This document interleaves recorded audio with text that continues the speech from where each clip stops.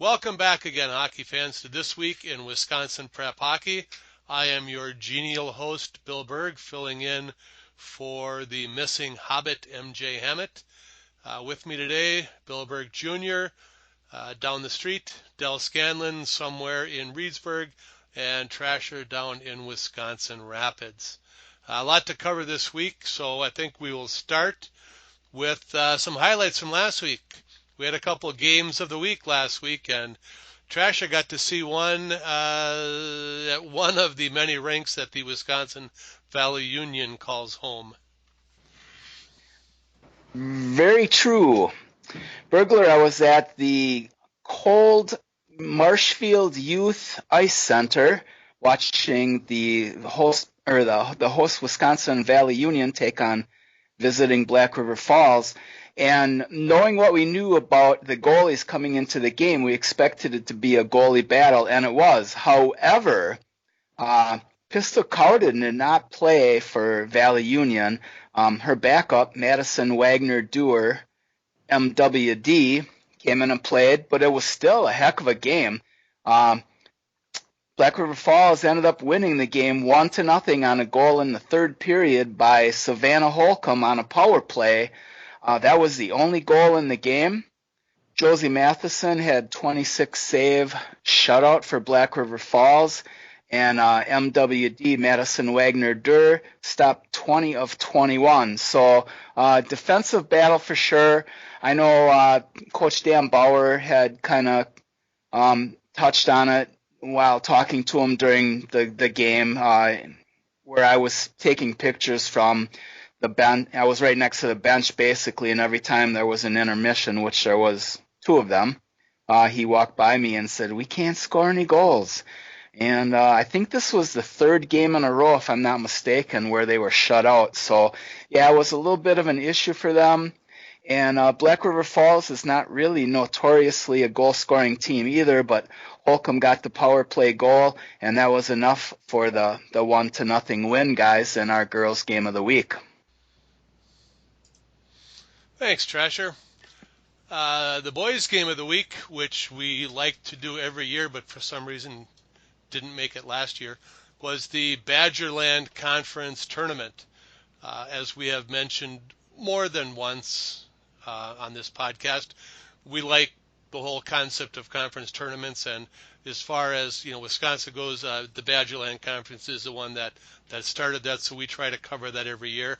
I do have to apologize to the Badgerland Conference people. Being aged with cognitive decline, I forgot that they do their conference awards in between the third place game and the championship game.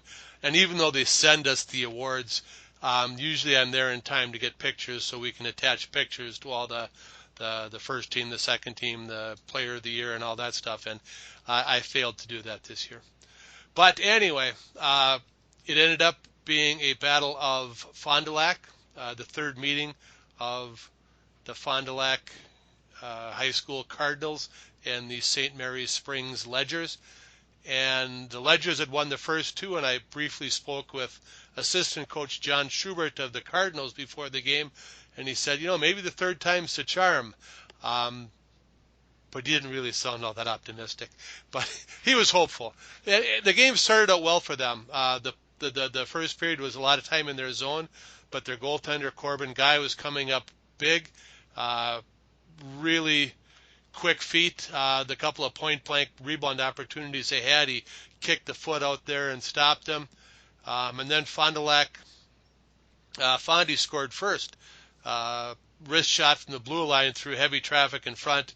I don't know if it hit anything, but apparently didn't hit another Cardinal player, because the goal was awarded to the defenseman who shot the puck, which was Tanner Schultz, and that put them up. And that was like, I don't know, there were only about 3 minutes, 2.5 minutes left in the period.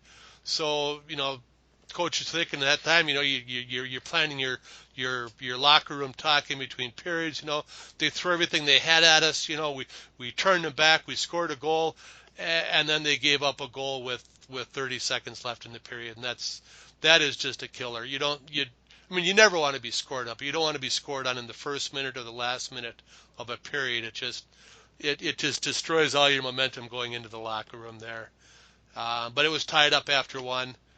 Um, some sloppy play on a careless play on a power play for Fond du Lac gave Springs actually two opportunities. Dane Dinovich had two opportunities in the same penalty kill where the puck was kind of handed to him by the Fond du Lac defense, and he got stopped on the first one, but he scored on the second one to put Springs up ahead 2-1 in the second period, and they scored another goal, a power play goal in the third, and then an empty net goal at the end. But I did see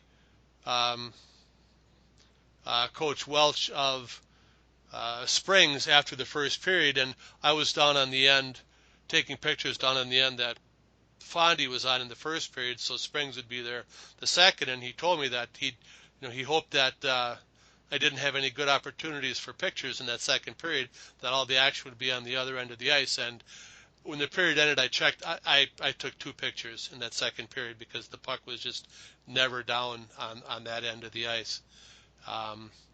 But the other thing I was impressed with, probably the thing I was most impressed with, defenseman Brody Dietert of Fondy. A little. Oh yeah, but no, hang on. Shoot. Never mind. No, I have no. What's his name for San Jose? The bearded guy. Defenseman. Quick. Brett Burns. Brett Burns. Brett Burns. He's Brian a mini Burns, Brett Burns out there. He's got the hair flowing out from underneath, and he's got the full beard. It's not quite as long as Brett Burns yet, but he's only a junior, so he has another year to fill that thing out. And I'm thinking by next year he's going to be full-on Brett Burns out there. Just lovely hair, spoken from a bald guy. Not jealous at all. But anyway, it was a good game. Fondy Springs takes the Badgerland Conference tournament, which gets us, nobody else had games that they went to then, right? So that takes us up to the Wyndham Garden Inn of Fitchburg, Players of the Week. As we all know, the Wyndham Garden Inn is the official state tournament headquarters of Wisconsin Prep Hockey. And the Players of the Week this year will be brought to you by Dell.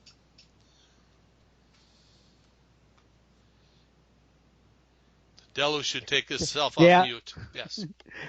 Just took myself off mute, but thanks, Burglar, for passing it on over. One thing before we announce the winners this week of the Girls and Boys Player of the Week, I would like to say thank you to everybody that cast the votes, and especially, for at least one of them was tasked by the opposing coach for the team that he played against this week. And, it's nice seeing that where they're recognizing the other players on the ice for what they're doing, and a lot of times for the stuff that's not showing up in the scoreboard or in the score box. But tonight we actually have from Onalaska the Girls Player of the Week.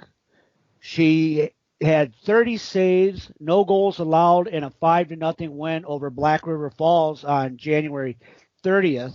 And then on February 1st, she posted another shutout in a 1-0 win over Cap City, in which she made 27 saves.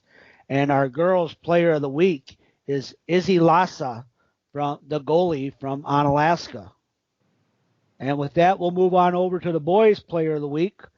And he played 2 games this week. He's a forward for Notre Dame. And he had 1 goal, 1 assist versus USM on January 31st.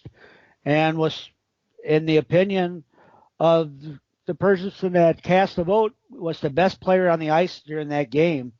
In his second game of the week, he had 2 goals, 1 assist versus Spash on February 1st, including the game winner with 1:35 remaining in the game. And that player was Brendan Poshak of Notre Dame. And he is the Boys Player of the Week this week for Wyndham Garden Inn of Fitchburg Players of the Week. And with that, I'll toss it on back over to Burglar. Thanks, Del. Just moving right along, that gets us up to our top sixes, and Bill, I think you're going to tell. Was there any movement this week? Yes, stuff happened. All three have like different teams than they did last week, so it's all good. For the girls, number 1 is still the Central Wisconsin Storm. 2, Eau Claire Area Stars. 3, Cap City Cougars. 4, the St. Croix Valley Fusion. 5, the Madison Metro Lynx. And 6, the Fox Cities Stars. Boys Division 2, Fond du Lac Springs is still number 1. Northland Pines number 2. Hayward is 3. Waupun moves into 4th. Waunakee is 5th. And McFarland is 6th. And then in Division 1 for the boys, Notre Dame and Wausau West are still 1 and 2. Arrowhead moves up to 3rd. Hudson is still 4th. And Verona and University School bring up 5 and 6. Honorable mention for the boys are Chippewa Falls, Madison Edgewood, and Onalaska. Yeah, there were a lot of. I think we touched on it last week or the week before when we had, I think, the coach of the Stars on. Yeah, about unlike it had been in the past where there was just a handful of girls teams that just seemed to dominate. I mean, there were teams beating all sorts of I don't know if you want to call them upsets, but there were a lot of games that did not go according to script on the girls' side this past week. No, that was Tom Bernhardt of the Eau Claire Area Stars. You are correct. And I think the biggest takeaway from all of the conversation that we had with him is that previously when we'd have a top 10 poll, it seemed like there were only 6 or 7 really solid teams there. Now we have a top 6, and there seems to be a few more. So like he said, any given night or any given day, it's kind of like the old NFL adage, any given Sunday. And I mean, that's good for hockey in Wisconsin, that there's more competition and there's more teams that are able to knock off the teams that are so-called the favored teams. Well, and if they get up to 48 teams, we'll let them have honorable mentions again. And if they get up to 64 teams, we'll let them have a top 10. Well, one team that, we really haven't talked a little about this year. I mean, we've mentioned Onalaska a few times. They had a couple of big wins in their sectional this week. One knocking off Cap City Cougars 1-0, and Black River Falls, is in their sectional. But a couple other teams that are actually sitting out there, which are going to have a really tough sectional. They're in the sectional with the Wisconsin Storm, but that's Northland Pines and the Northern Edge have, quietly put together winning records this year. And I mean, their opponents' winning percentages, about 45, 42%, respectively, and their opponents are a little better than 50. But, quietly that they've, moved up there into, where they've got a nice winning record going and, have played some good hockey this year. And I think the last week, Northern Edge, and another team that's had some good hockey games was Viroqua, who's had a couple of shutouts here and there. So, I think we've seen a lot of very good goalie play on that girls' side this year. And unfortunately, I think one of the ones that we've talked about has been Cowden for the Wisconsin Valley Union. And I think part of their thing is they've been having a little bit of a rough time being able to get it into their opponent's net, where they've lost some close games, but then they've won some nice close ones. 1-0 over Cap City. They posted a shutout here not too long, a few different shutouts this year, and Cowden's had an impressive season. I think you touched on a key point there. I think this year the goaltending overall among the girls' teams, I think the goaltending is performing better than the goal scoring. Looking at the top scoring leaders in the state, there's really only a couple that stand out. We don't have the number of players that are lighting it up for the different teams. The games that we've seen, covering some of the games of the week with the Storm and the ECA Stars and that, they're not scoring a lot of goals. I think good goaltending with the scoring being down, the goaltending is making some difference in a lot of these tight games. So the question remains, or needs to be asked, I guess, is there just a dearth of pure goal scorers in the league, let's call it, this year as opposed to previous seasons?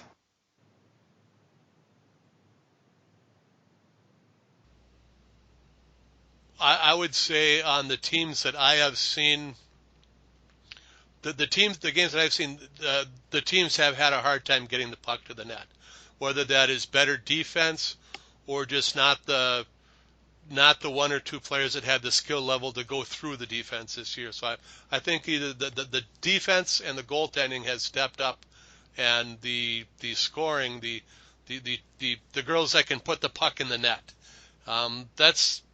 that's a skill. I mean, that is a skill that you have to look for. It's on both the girls' side and the boys' side. I mean, I've seen skaters that could do everything on the ice. You know, pick the puck from behind their net, skate through everybody, get down at the other end, and hand the puck to the goalie. They just didn't have that knack for scoring the goals.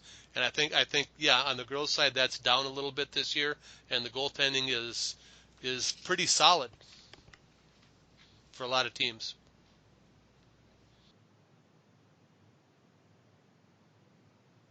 Well, yeah, I mean, I definitely agree both ways. I mean, there's not like as many Abigail Stows or Jason Reeves or Teresa Knutsons as there has been in the past.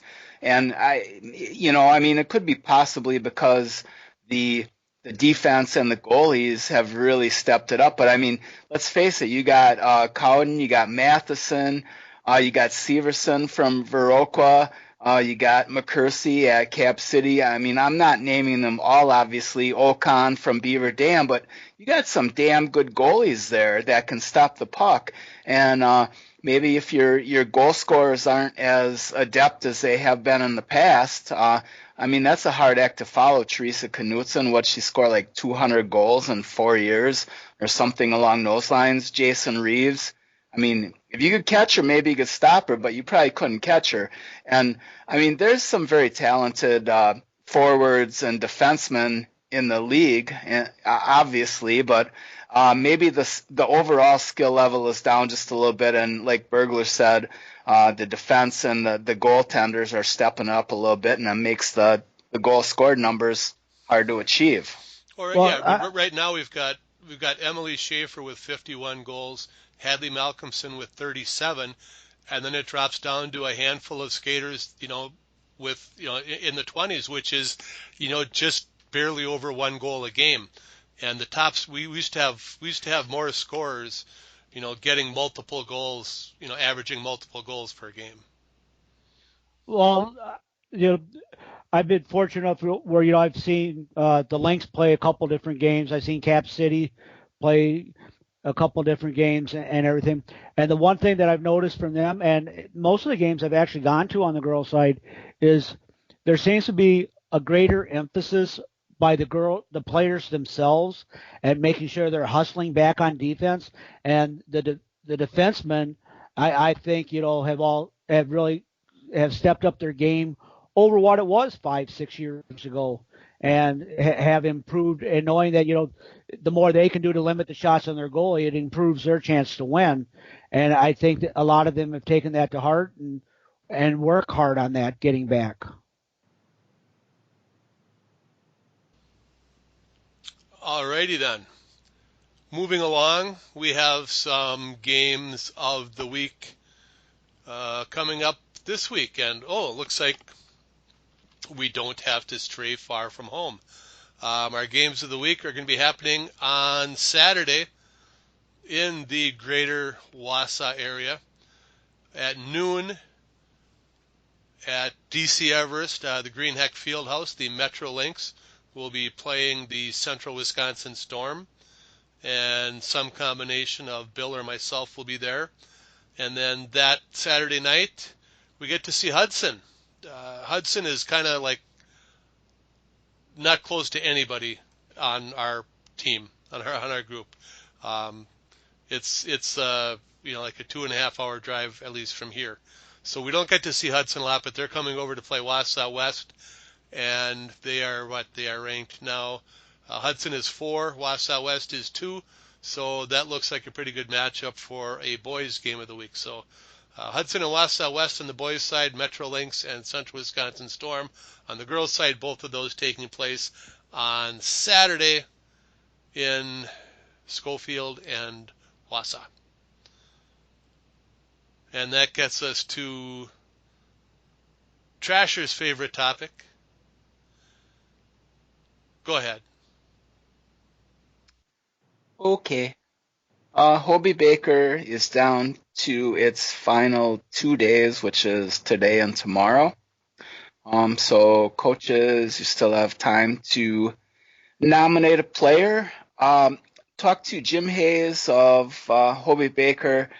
As of yesterday, the 2nd, there were 43 boys nominated, which is 52%, and 12 girls nominated, which is 43%. So, not very good numbers considering really it doesn't cost you anything. Hobie Baker would like it if people could contribute some money, donate some money to the cause, because it basically out of their pocket. They're given an awards, but they're not really, they're paying for it. So they're not asking you to do it, but if you can, that's great. Like a booster club normally maybe has a couple dollars extra that they can plunk down for a worthwhile award like this. Hobie Baker Award is a great thing. So you got a couple days to nominate your players, and if you have some worthwhile players, seniors they have to be, make sure you nominate them, and it's a great award for high school hockey players. And that's all I got, Burglar. And that should be enough. Anybody else? Dell, Bill, going once, going twice. Well, Uh-oh. while you were all talking about, girls and scoring and lack thereof, Dell mentioned, Northern Edge and Northland Pines is having good seasons this year. So I looked at that section over the 9 years that we have sectional scoring on our website. And in those 9 years, the Storm has given up 7 goals total in the sectional final. Only once in those 9 years did their opponent score more than 1 goal. The Wisconsin Valley Union 2 or 3 years ago scored 3 goals. The following year they scored 1. Otherwise, nobody has scored more than 1 goal against the Storm in the sectional final. 7 goals in 9 years. So as good as the Edge have been this year, they have quite a mountain to climb. So you're saying it's time to go to a 2 division on the girls' side for the state tournament now as well. I think it's time to get a whole bunch more kindergarten-aged girls playing mites, so that in 8 years, some of these co-ops break up. Got anybody in mind? Next year, perhaps? She's not a kindergartner yet, but yes. I pity the coach. I have a couple of granddaughters in Madison that their dad is a huge hockey player and wants his kids to play, so I might have some granddaughters, a couple of them playing in high school, probably in 10 to 12 years.